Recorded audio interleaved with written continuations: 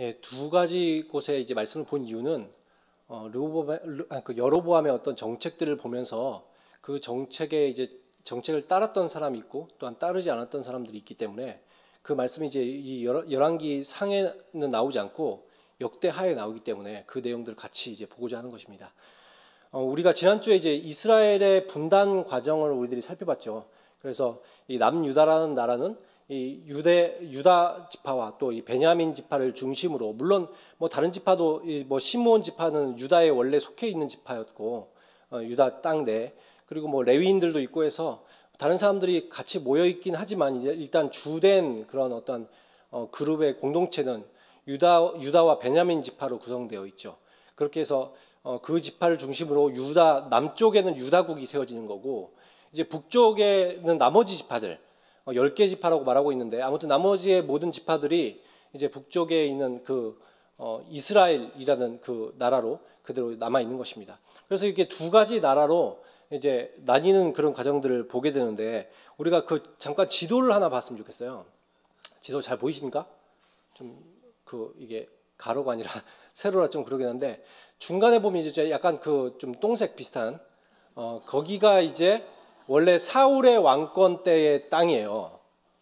사울의 왕권 때의 땅이고, 굉장히 이제는 거의 풍전등화 같은, 언제 멸망해도 이상하지 않을 정도로 사울 때는 나라가 약했습니다. 근데 그 이후에 그 약간 녹색으로 푸릇푸릇한 색깔은 다윗의 왕권이에요. 다윗이 얼마나 다윗 왕권 때 영토가 확장됐는지 알겠죠. 물론 이 사울의 영토 정도의 중심이 다 이스라엘 땅이고, 나머지의 이제 주변에 있는 그 뭐 에돔, 모압, 암몬, 뭐 그리고 뭐 블레셋, 아말렉, 수리아, 소바 같은 그런 지역들은 직접 통치는 아니에요. 이 속국을 말해요. 속국. 그 지역을 점령하였고, 점령한 다음에 왕한테 너 좀 똑바로 해라, 내 말 잘 들어라, 조공 바쳐, 이렇게 한 정도가 이제 나머지 땅들이에요. 그리고 나서 이제 그 솔로몬 때에 이르러서는 그 하맛 어기까지 이제 더 진출하였다 성경이 나와 있는데, 그래서 그 위에 있는 하늘색, 그 얼마나 이 참 나라가 넓어졌습니까? 그래서 영향력이 어마어마했죠.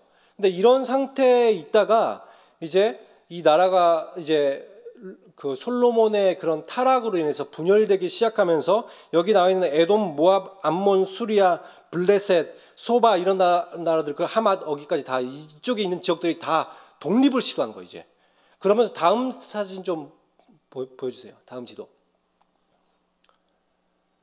다음 지도에 보시면 이제 그래서 이제 북이스라엘이 어떻게 되었는지를 보면, 이제 이제 영토가 이제 딱 봐도 굉장히 이제 이 아까 지도는 굉장히 작은 거고 이제 크게 확대했기 때문에 실제 영토는 훨씬 좁아진 거예요. 그 사울 영토보다 조금 넓은 정도라고 생각하시면 돼요.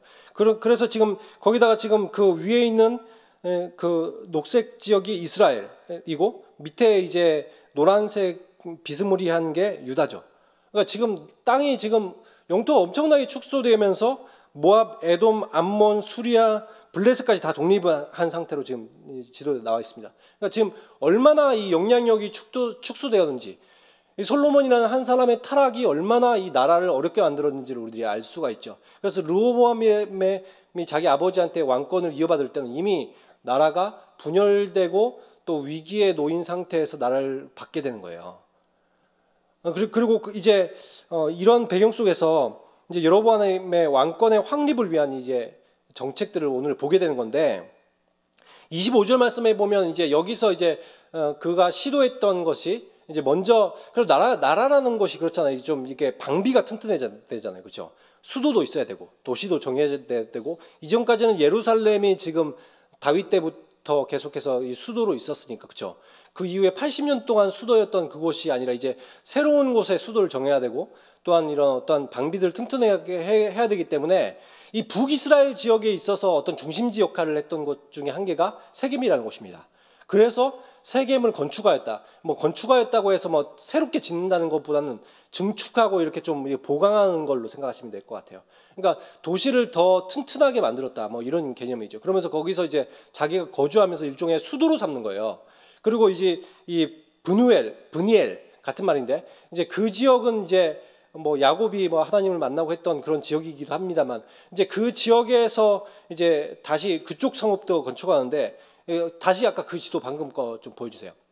거기에 보시면 이제 사진에 보시면 이제 그 지역이 어디에 있었는지 위치에 있었는지 나오게 되는데, 이 빨간색과 파란색으로 제가 별표해 놓은 그 위치가 보이세요? 예, 거기가 이제 세겜이에요. 거기가 이제 세겜이고 그쪽이 수도고, 그 옆쪽에 보면 저쪽에 쭉 또 동그라미로 보이는 그곳 있죠.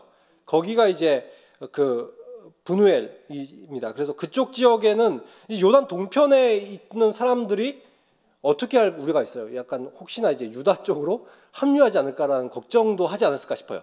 그래서 그쪽을 원활하게 통치할 수 있는 어쩌한 부도심 같은 걸로 만드는 거고, 또한 이쪽 지역이 좀 방비가 좀 허술할 수 있기 때문에 그쪽에 이제 군사적으로도 어떤 요충지가 필요하기 때문에 요새화하지 않았을까 싶습니다. 아무튼 그렇게 해서 이 두 도시를 굉장히 더 요새화함으로써 수도와 또한 더욱더 방비를 튼튼하게 할 수 있는 도시를 만들었던 것이죠.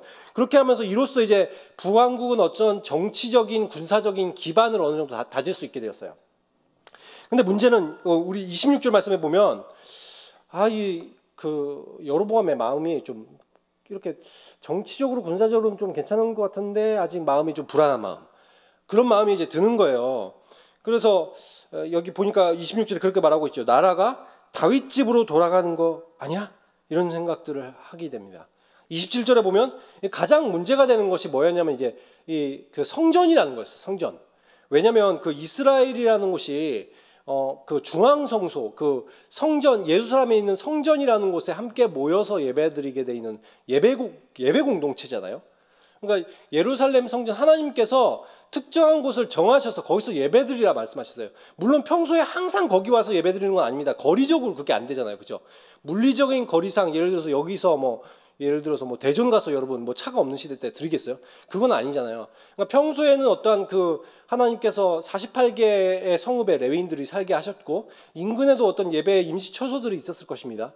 산당들에서 예배를 드리기도 했고, 그래서 그들이 평소에 어떤 신앙생활은 그 동네에서 드릴 수 있겠지만, 그러나 적어도 최소한도 이 3번의 절기에는 너희들이 반드시 와라 이라고 했던 그 절기들이 있어요. 그래서 그 말씀이 신명기 16장 16절에 나와 있는데 그 말씀을 좀 띄워주실래요?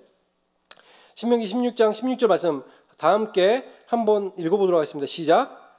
너희 가운데 모든 남자는 1년에 3번 곧 무교절과 77절과 초막절에 내 하나님 여호와께서 택하신 곳에서 여호와를 배웠고 빈손으로 여호와를 배웁지 말고. 뭐라고 말하고 있습니까? 여기 보면 이 모든 남자들, 당시에는 이제 여자의 인권 이런 거 별로 없잖아요, 그죠? 남자만 인원의 개수에 넣으니까 여자들은 그냥 따라다니는 존재 정도였어요. 그러니까 이제 남자라는 건 모든 백성이라고 생각하시면 돼요. 모든 백성들이 1년에 한 3번 정도는 반드시 하나님께 나와야 된다. 그러면서 여기 나오는 무교절이라는 것은 6월절의 다음 날입니다. 그래서 6월절과 연결된 절기. 그래서 이 6월절, 그 다음에 77절, 초막절 같은 이 중요한 절기에는 이 모든 이스라엘 백성들이 반드시 하나님 앞에 나와서 제사를 드려야 된다. 예배를 드려야 된다. 근데 그곳이 어디예요? 정하신 곳에서 드리라고 되어 있는데 그 정하신 곳이 예루살렘 성전인 거예요. 거기 와서 반드시 예배를 드려라. 지금 그렇게 말씀을 하셨다는 것이죠. 그래서 거기에서 이 3대 절기에는 적어도 굉장히 많은 사람들이 모여들어갔고, 예수님 시대는 심지어 한 번 6월절 같은 행사가 있을 때 250만 명 이상이 모여들었다고 하니까 엄청나게 큰 축제 같은 예배예요. 그래서 그때는 이렇게 모여들어서 함께 예배를 드리고 거기서 이제 많은 동물들을 잡죠. 희생의 제물을 드리고, 그러면서 그들이 하나님께 나아가고 또 제사함 받고 또 하나님을 만나고 그들이 말씀을 듣고 기도하고 하는 정말 중요한 이 절기였던 거예요. 그래서 이런 절기에 이스라엘 백성들이 누구나 모여들어야 되는 절기였는데, 그러다 보니까 이제 이 여로보암이 고민이 생기는 거예요. 나라가 분단됐잖아요. 분단됐는데 예를 들어서 북한 사람들이 여기 와서 예배드린다 이래서 생각해 보세요. 그럴 수 있겠어요? 아니 이게 심각한 문제인 거예요. 이 백성들이 자꾸 그쪽에 가서 예배를 드린다고 하면 적어도 한 3번 정도 평소에 아니더라도 3번 정도 예배를 드리면 이 여러분 생각에 참 고민이 되는 거죠. 이러다가 다시 나라가 다윗의 집으로 돌아가는 거 아니야? 굉장히 심각한 생각들을 하게 되는데, 심지어 무슨 생각을 해요? 만일 성전 예배를 드리겠다고 올라가다 보면 백성들의 마음이 그들의 주 르호보암에게로 향하는 거 아니야? 난 이 표현들이 참 웃겨요. 그들의 주. 이미 자기를 주로 섬기고 따르고 있는 백성들을 향해서 그들의 주 르호보암.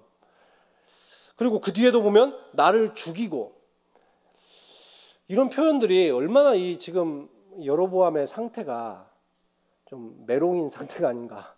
그러니까 자기 자신에 대한 어떠한 그게 없잖아요. 어떠한 뭐라고 하죠? 자존감이 없어 보이지 않아요? 사실 탁월한 사람이었음에도 불구하고 계속해서 이 르호보암하고 이게 보면 비교를 하고 있어요, 자신을. 이 하나님을 온전히 섬기지 못하면, 하나님의 말씀을 신뢰하지 못하면 자꾸 우리들 가운데 자존감이 낮아지고 비교의식이 생깁니다. 그리고 결국 하나님의 말씀을 따르지 못하고 자기의 속에는 옳은 대로 따르게 되죠. 그것을 보여주고 있는데, 그래서 아무튼 이렇게 하면서 이제 이런 생각들이 있다 보니까 이거 어떻게 할까? 굉장히 불안한 거죠. 불안해서 방법을 반드시 뭔가를 세워야 되겠는 거예요. 그래서 그가 했던 방법이 28절에 나와 있는 거죠. 이에 계획하고 두 금송아지를 만들기 시작합니다. 그리고 백성들에게 말하죠. 금송아지를 딱 만들어 놓고 백성들에게 말하기를 너희가 다시는 예루살렘에 올라갈 필요가 없도다. 이스라엘아, 이는 너희를 이집트에서 인도하여 올린 너희의 신이도다. 여러분, 어디서 들어본 말 같지 않으세요? 이집트에서 금송아지를 만들었어요. 너희들을 인도하여 낸 너희들의 신이다. 어디서 이게 들은 말이에요?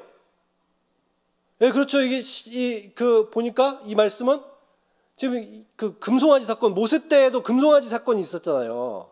그 말씀하고 똑같은 말씀이죠. 그래서 이 출애굽기 32장 4절 말씀에 나왔던 사건인데 그 말씀 좀 띄워주셨으면 좋겠습니다. 이 금송아지 사건, 지금 다 함께 읽어보겠습니다. 시작.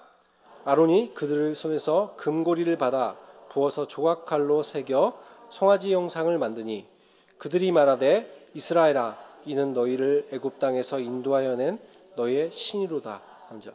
똑같이 말하고 있죠.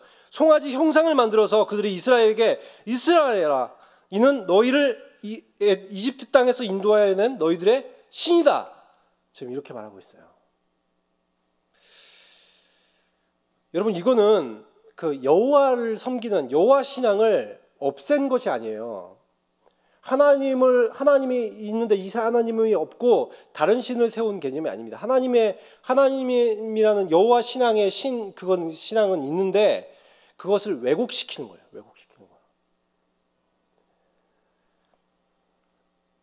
지금 보이지 아니하시는 하나님을 보이는 금송아지라는 형상으로 형상화시키는, 이 형상화를 시키는 거예요, 하나님을. 여러분, 하나님이 어떻게 어떤 형상물에, 그 작은 형상물에 들어갈 수가 있겠습니까? 근데 그거를 형상화시키는, 여러분, 우리가 이게 형상화라는 게 굉장히 위험합니다. 우리 교회에서도 그래서 뭐 예배당에 십자가 없죠. 왜 십자가를 예배당 안에다가 십자가를 안 놔둬요? 하나님을 형상화시키는 것들이 위험하기 때문이죠. 뭐 이런 거예요. 예를 들어서 이걸 여기다가 하나님을 형상화시킨다고 생각해보세요. 핸드폰 보면서 주여, 아유 주님, 아이고 더러워졌네 주님. 여러분, 이렇게 하고 있다고 생각해보세요. 이게 말이 되는 거예요, 이게? 지금 이거를 시도하고 있는 거예요. 이걸. 하나님을 자기 손에 잡히고 자기가 눈에 보이는 정도로 막 바꾸어 놓는. 그리고 나서 29절에 보면 베델과 단에 두죠. 아까 그 지도 한번 보여주세요. 이 단이라는 지역은 이스라엘의 최북단, 저 위에 보면 빨간색으로 표시되어 있죠. 이스라엘의 최북단이었던 단에다 한 개를 두고 남쪽에 보니까 이 베델이라고 제일 밑에 유다의 국경 지역이 있죠. 이 예루살렘에서 불과 19km밖에 떨어지지 않은 지역입니다.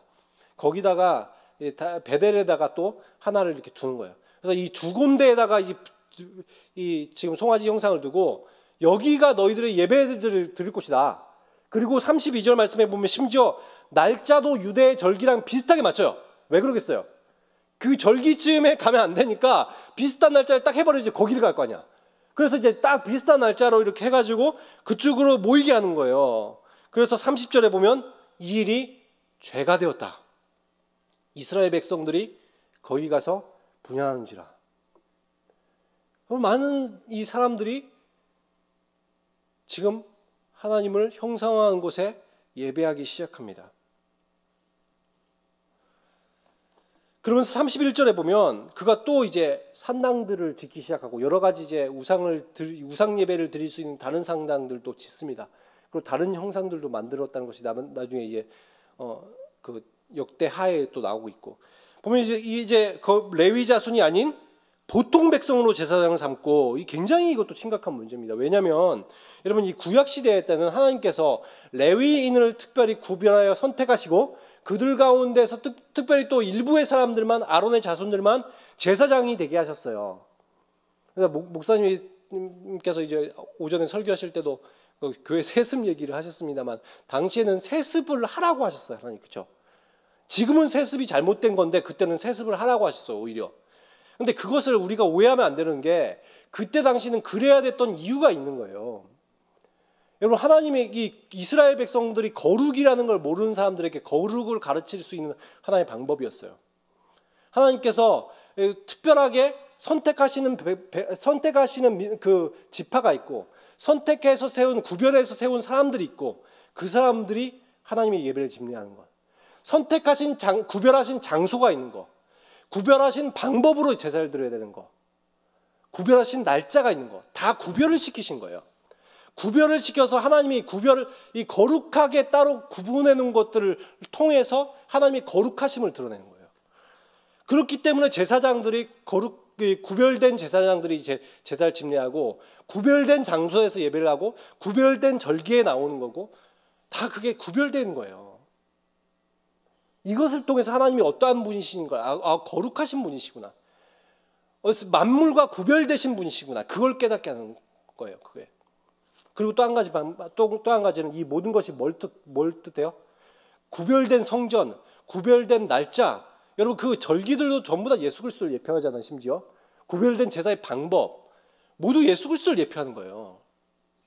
우리들이 이것을 알았을 때는 물론 구약 백성들이 그걸 잘 알지 못하겠지만 그러나 우리들이 이 구속사적으로 봤을 때 이것이 너무나 중요한 것이 정해져 있다는 것이 정해진 그리스도를 통해서 모든 것을 이루실 것이기 때문에 그래서 이렇게 거룩하심을 안다면 이스라엘 백성들은 그 정해진 날짜에 정해진 장소에서 정해진 제사의 방법으로 정해진 예물을 드려서 제사를 드리는 것이 마땅히 하나님께서 받으시는 마땅히 우리들이 드려야 될 그런 방법이었던 거예요.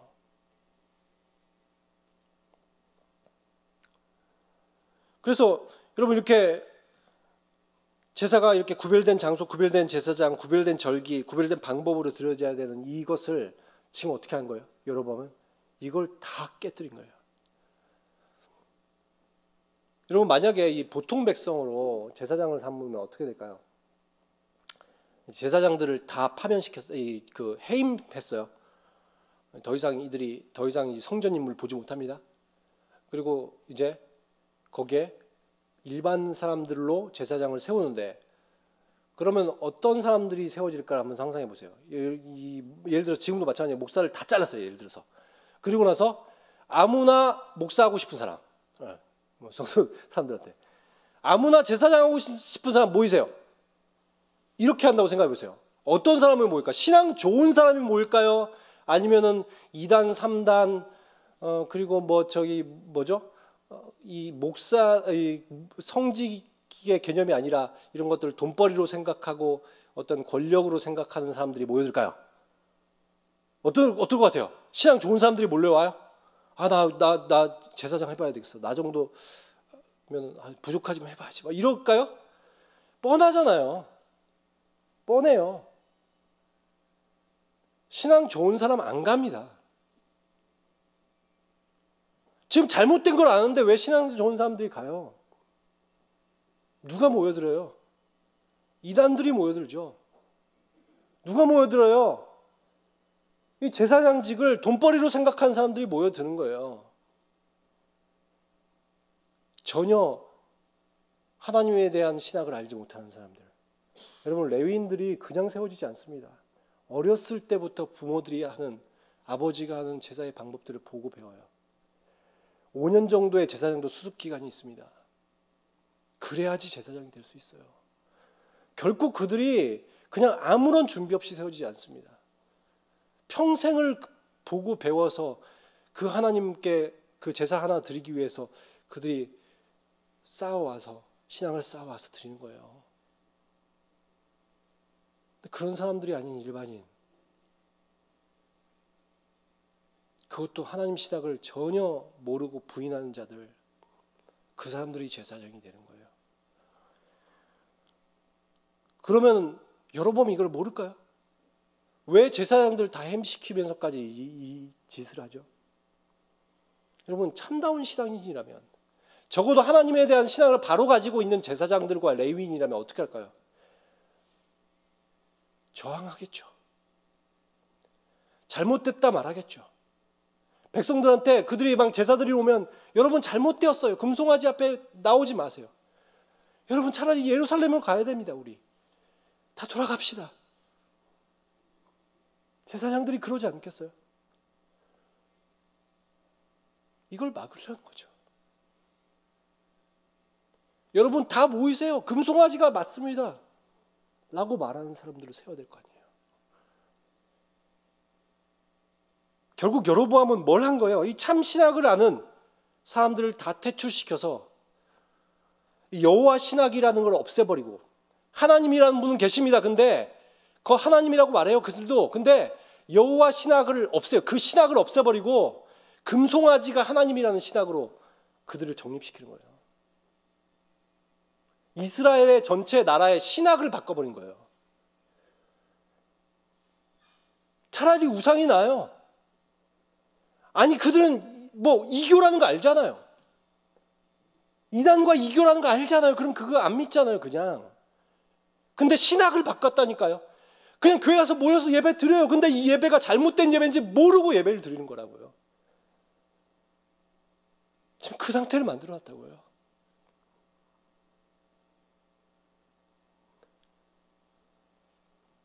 여러분 사실 그 여로보암이 통치 기반을 확고하게 하기 위해서였다면 무엇을 하면 됐을까요?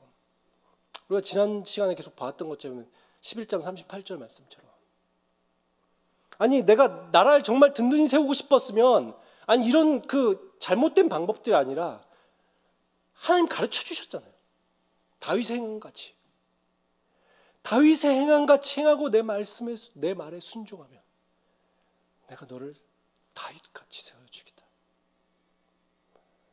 다윗같이 내가 만들어줄게 말씀하셨잖아요.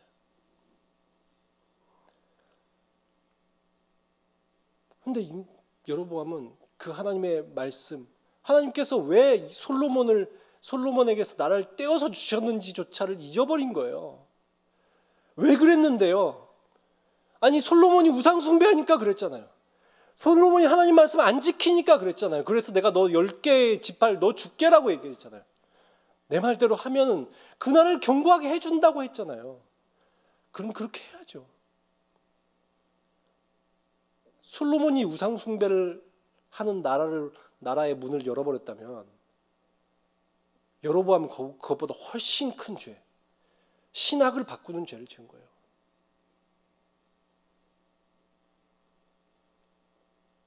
여러분은 만약 이런 상황들이 와버린다면 어떻게 하시겠습니까? 교회가, 한국교회 전체가 신학이 바뀌어요. 어떻게 하시겠습니까? 아니 나는 분명히 이제까지 성경을 통해서 알고 있는 이 하나님이 전혀 다른 하나님을 만들고 있다면, 온갖 이단들이 와서 목회를 하고 있다면 여러분 어떻게 하시겠습니까? 그래서 우리들이 그 말씀이 나온 것이, 물론 대부분의 이스라엘 백성들이 그걸 따라버렸습니다. 근데 그걸 안 따르고 저항하는 사람들이 나오는 거예요. 경건한 신앙인들이. 그 사람들은 다른 행동을 취합니다. 그것이 우리가 지금 두 번째 보았던 역대하 말씀인 거예요. 그래서 역대하 말씀을 우리들이 보면은 거기 어떤 내용들이 나옵니까? 이제 그 경건한 신앙인들이 월남을 선택하는 거예요. 이 남쪽으로 가는, 우리나라도 이 분단의 역사잖아요. 그 분단이 되면서 북쪽에 있던 평양에 놀라운 부흥이 일어났잖아요. 그렇죠? 그래서 사실 평양을 중심으로 북쪽에 훨씬 신앙인들이 많았습니다. 좋은 신앙인들이. 근데 그 사람들이 어떻게 해요? 그 사람들도 모든 터전과 모든 걸 버리고 남쪽으로 내려왔잖아요. 그 당시에 뭐 통장이 있습니까? 뭐가 있습니까? 대부분 버려야 돼요. 자기 재산과 땅과 모든 거 포기하고 그렇게 내려오는 우리들의 선조들이 있지 않습니까? 그것처럼 여기도 이 사람들이 그런 결단을 해야 되는데 13절과 14절 내용을 보시면 레위인들이 어떻게 해요? 자기의 마을과 산업을 떠나서 남유다로 내려오는 거예요. 근데 여러분 이거 저는 이것들 때문에 놀란 게 아니라 이 레위인들이 이렇게 행동하는 건 이해가 가요. 그들은 이미 해임됐어요. 이미 자기는 여기서 할 일이 아무것도 없어요. 그래서 내려오는 거예요. 그리고 내려오면 어때요? 그래도 그 예루살렘엔 성전이 있고 자기가 어떻게 될지 모르겠죠. 자기 입지가 뭐 그렇게 넓겠습니까? 그러지만 어떻게 잘만 하면 자기는 계속해서 제사장 임무를 볼 수 있고 레위인들도 종교 행사를 계속해서 진행을 할 수 있죠. 그런 가능성이라도 있잖아요. 근데 저는 정말 여기서 감명 깊은 구절이 16절이었어요. 16절 말씀을 우리 다시 한번 읽어봤으면 좋겠습니다. 16절 말씀 시작.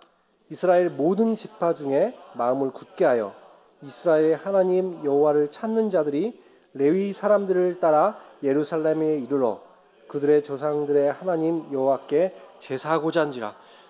여러분 이 말씀을 보면서 저는 참 이들이 정말 대단하다. 이 마음을 굳게 하여 여호와를 찾는 자들이라고 얘기하고 있는데 일반인들에게는 전혀 다른 차원이었어요.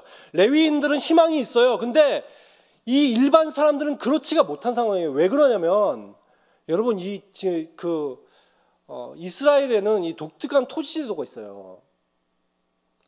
하나님께서는 모든 사람들이 잘 살기를 원하셨습니다. 그리고 가난이 대물림되는 것을 하나님 굉장히 싫어하셨어요. 그래서 그것을 가난이 대물림되지 않을 수 있는 방법들, 모든 사람들이 풍족하게 살 수 있는 방법을 토지 제도 속에 반영했어요. 그게 뭐냐면 토지 제도 가운데 희년이라는 것이 있고 그리고 그때 되면 모든 것들을 다시 되돌려 놓는 절기였어요. 50년마다 한 번씩 찾아오는데 예를 들어서 이런 거예요. 내가 뭐 살다가 좀 그럴 수 있잖아요. 우리가 막 여러 가지가 실패하고 그래서 인생이 다 망가졌어. 그래서 내가 완전히 몰락했어요. 근데 모든 걸 잃고 심지어 내가 노예가 돼버렸어요. 그러면 어떻게 해요? 대부분의 사회에서는 한 번 노예가 되면 자자손손 노예잖아요. 그럼 이게 희망이 없어요. 자손들도. 근데 이스라엘 토지 제도가 너무 좋은 게 한 지파와 한 가문 안에 토지는 영속됩니다. 그냥 그 가문 거예요. 그냥. 그래서 내가 만약에 예를 들어서 망해가지고 어쩔 수 없이 땅이 넘어갔어. 다른 사람한테. 그리고 나는 노예로 전락했음에도 불구하고 50년이 지난 시점, 희년이 50년마다 한 번씩 돌아오는데 그때가 되면 어떻게 돼요? 다시 되돌려 놓는 거예요. 원주인한테 돌려줘요. 땅도 원주인한테 돌려주고 그 사람이 노예였다 할지라도 풀려나요. 다시. 그렇기 때문에 어떻게 돼요? 나는 가난해. 나는 망했어. 나는 희망이 없어. 근데 어떻게 돼요? 적어도 내 자식은, 내 후손은 다시 가문을 일으킬 수 있는 거예요. 그 땅을 기반으로. 당시가 농경사회란 말이에요. 농경사회는 땅이 부의 어떤 축적을 할 수 있는 수단이 되잖아요. 기반이 되잖아요. 근데 나는 망했어도 내 자손은 다시 그 땅을 돌려받으면 거기서 농사짓고 부지런히 살면 다시 가문을 일으킬 수 있다고요. 너무나 좋은 제도 아니에요? 우리도 좀 이랬으면 좋겠어요. 평생 살아도 땅 하나 얻지 못하는 사람이 아니라 다시 부모가 못 살아도 자녀에게 가난이 대물림되지 않고 자녀들은 다시 살 수 있는, 하나님은 그걸 원하셨어요. 그래서 그것을 토지제도에 만드셨는데 문제는 무엇입니까? 이게 너무나도 좋은 제도임에도 불구하고 이주민들에게는 어때요? 너무 안 좋은 제도인 거예요. 북이스라엘 백성들이 남쪽으로 내려오기 위해서는 내 재산 다 포기할 수 있어요. 집도 땅도 다 포기할 수 있어요. 근데 여러분 내려오는 게 그냥 문제가 아니라고. 내가 내려옴으로 인해서, 내 선택으로 인해서, 내가 아니라, 나뿐 아니라 내 자식, 내 후손들이 빈곤이 세습될 수 있다는 거예요. 땅이 없잖아요. 아니 농경사회에서 땅이 없으면 어떻게 살아요? 자녀들이 겨우 돈 벌어서 땅을 빌려도 농사를 열심히 지어도 다 세금 이자로 줘버리고 월세로 줘버리고 남는 게 없어요. 50년 뒤에 되면 그것마저도 돌려줘야 돼요. 다시 손자 때 다시 땅을 사서 다시 농사 짓지만 다시 50년 뒤에 또 돌려줘야 돼요. 여러분, 이게 쉬운 문제가 아니잖아요. 얼마나 우리의 그런 어떤 경제 구조 속에서 우리도 남을 더욱더 짓밟아야 되고 조금의 손해도 보기 싫어하고, 여러분 1,000원 손해봐도 가서 따지잖아요. 그런데 이들은 그게 아니라고요. 나만 그런 게 아니라 내 후손까지도 계속 그럴 수 있다고요. 계속 가난할 수 있다고요.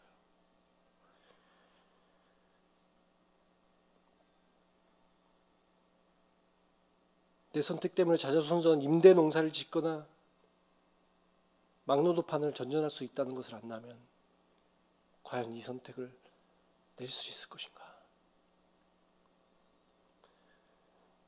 그럼에도 불구하고 그들이 무엇이 그들로 하여금 이런 중대한 결정을 내리게 만들었습니까? 16절에 그들의 조상의 하나님 여호와께 제사하고자 한지라. 이들이 지금 무엇을 원하는 거? 내 삶의 모든 것을 포기해도, 내 재산 다 포기해도 주님 좋아요. 아니 심지어 나 때문에 내 자손들 계속해서 못 살지 모르겠습니다, 주님. 근데 나 절대로 예배 포기 못해요. 내 신앙 포기 못해요, 주님. 내 앞날이 어떻게 될지 모르겠습니다. 심지어 내 자손의 인생이 어떻게 될지 모르겠습니다. 근데 주님, 예배 드려야 되잖아요. 주님, 당신이 우리들의 삶의 주인이시잖아요. 여러분, 이런 결단을 내린 거예요. 그들은 내 모든 것이 아니라 내 후손까지의 미래를 보장받지 못하지만 주님, 저는 당신을 따르고 싶습니다. 내가 예배할 수만 있다면 제 환경, 제가 어떻게 돼도, 내 생명을 내놔도, 내 후손들이 못 살게 되어도 저는 이것을 선택하겠습니다. 그들은 이런 결단을 해야 되는 거예요. 저는 레위인들의 신앙이 좋았는지는 모르겠습니다. 그런데 적어도 이 선택을 한 이 백성들이 너무나 이것을 보면서 제가 너무 부끄러운 거예요. 제 모습을 보니까 너무 부끄러운 거예요. 과연 이들 앞에서 내가 신앙 좋다고 얘기할 수 있을 것인가?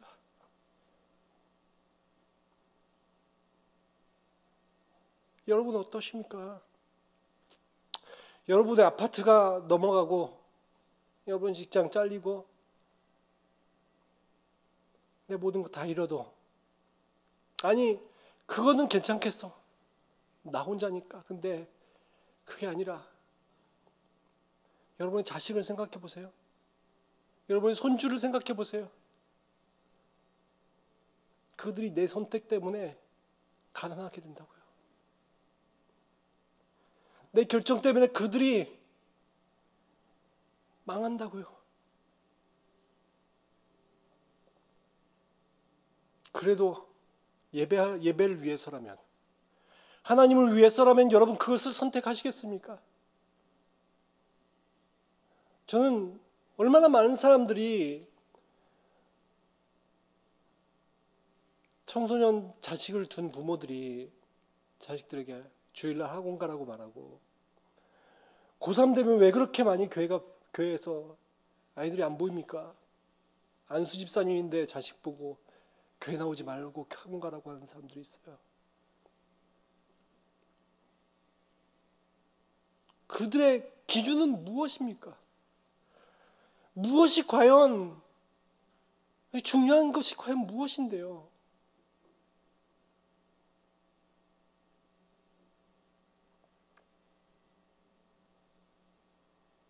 근데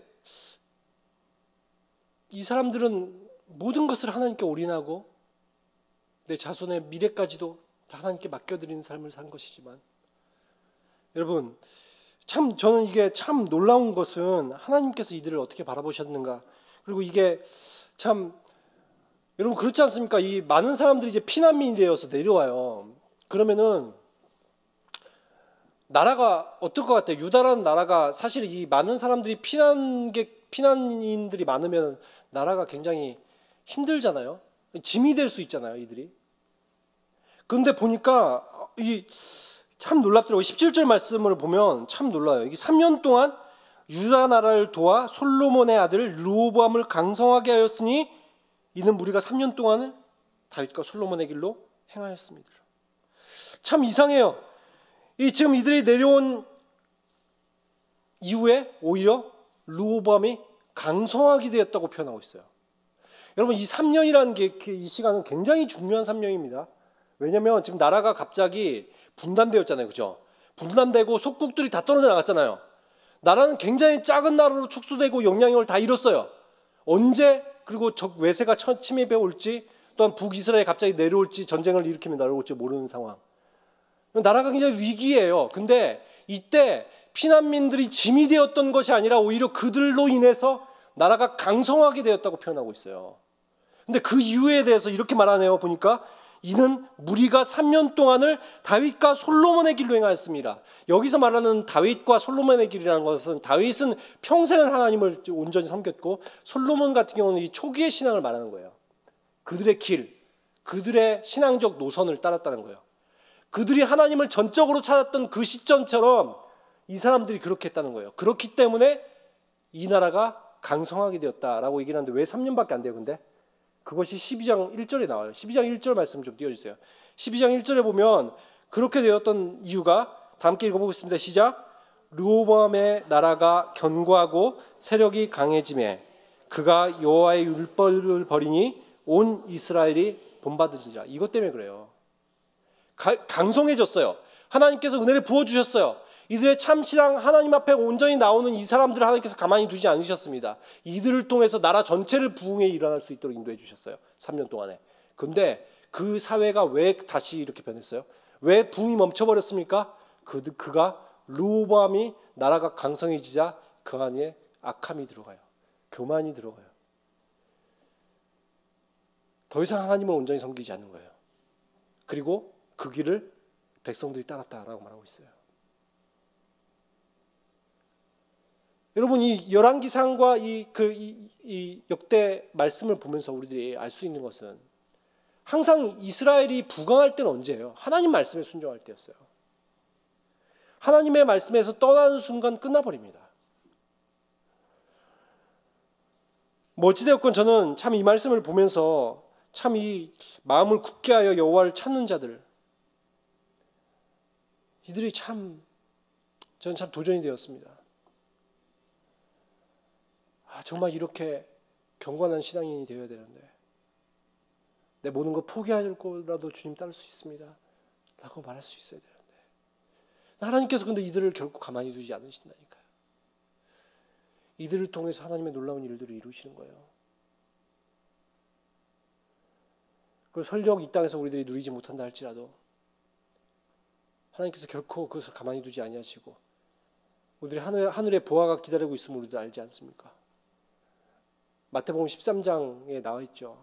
마태복음 13장 33절 44절 말씀을 보니까 자기의 소유를 다 팔아 그 밭을 사니라. 우리들 너무 잘 아는 말씀이잖아요. 그것이 얼마나 가치 있는지 안다면 여러분 하나님의 얼마나 가치 있습니까? 아니 내 모든 것 바쳐도 될 정도로 충분히 가치 있잖아요. 하나님의 나라는 어떻습니까?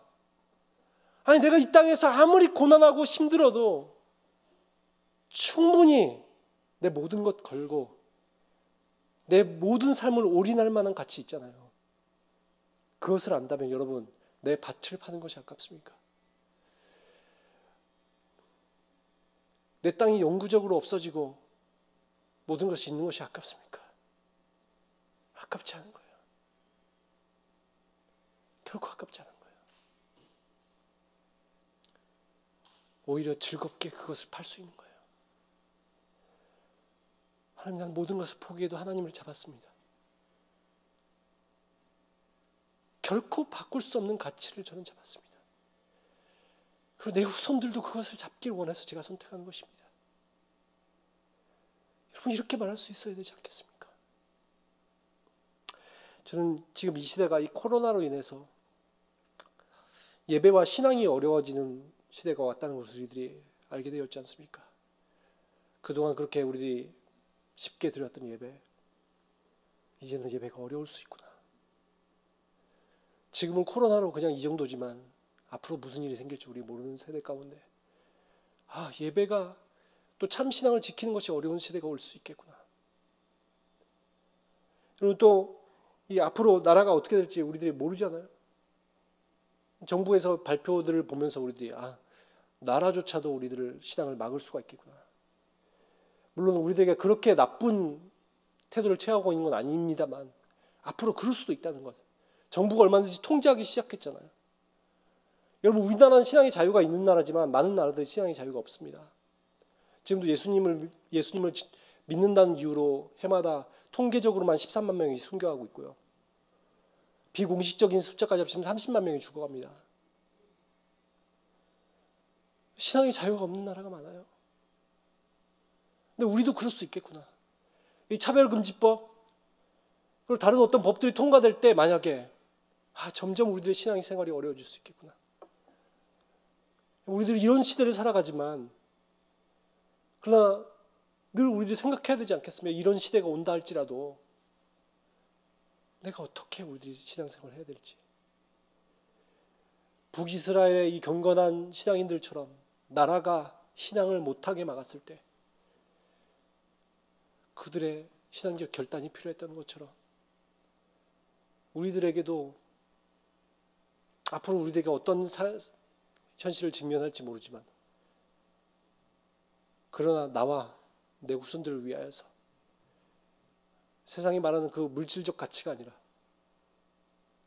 절대로 바꿀 수 없는 가치, 하나님을 붙잡는 신앙, 그것을 향해서 나아가고 그것을 선택할 수 있는 그런 저와 여러분이 되시기를 예수 그리스도의 이름으로 축원합니다. 기도드리도록 하겠습니다.